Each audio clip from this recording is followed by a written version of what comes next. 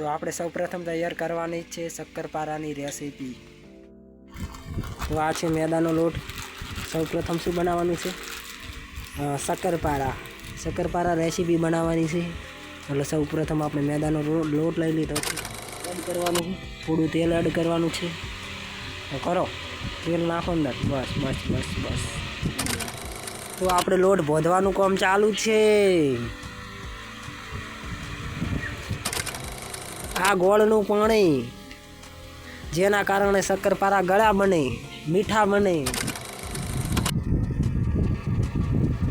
થોડું વધારે તેલ એડ કરો।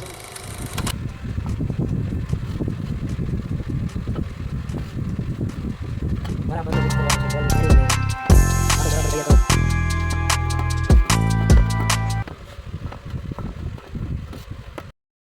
તો ફાઇનલી આપણી રેસીપી શક્કરપારાની રેસીપી બનાવવા માટે બેસી ગયા છે। સૌ પ્રથમ જે લોટ બનાવ્યો હતો, આટો તૈયાર કર્યો હતો, એની આપણે રોટલી કરવાની છે।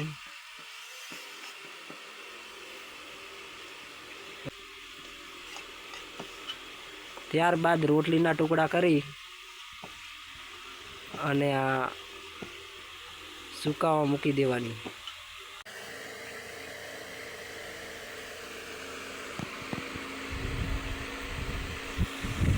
શક્કરપારા બનાવ્યા પછી આ રીતે ટુકડા કરીને અલગ અલગ મૂકવા। શક્કરપારા આપણે તૈયાર થઈ ગયા છે, સુકાઈ રહ્યા છે।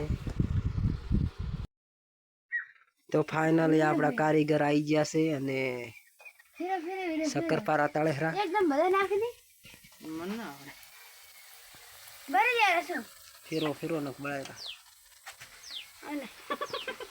બધું કરે રહેલા દે। તો શક્કરપારા બનાવવાના શ્રી ગણેશાય કરી નાખ્યા। ગણેશાય કરી નાખ્યા ને। તો આપણે શક્કરપારામાં ફાઇનલી શ્રી ગણેશ કરી નાખ્યા છે।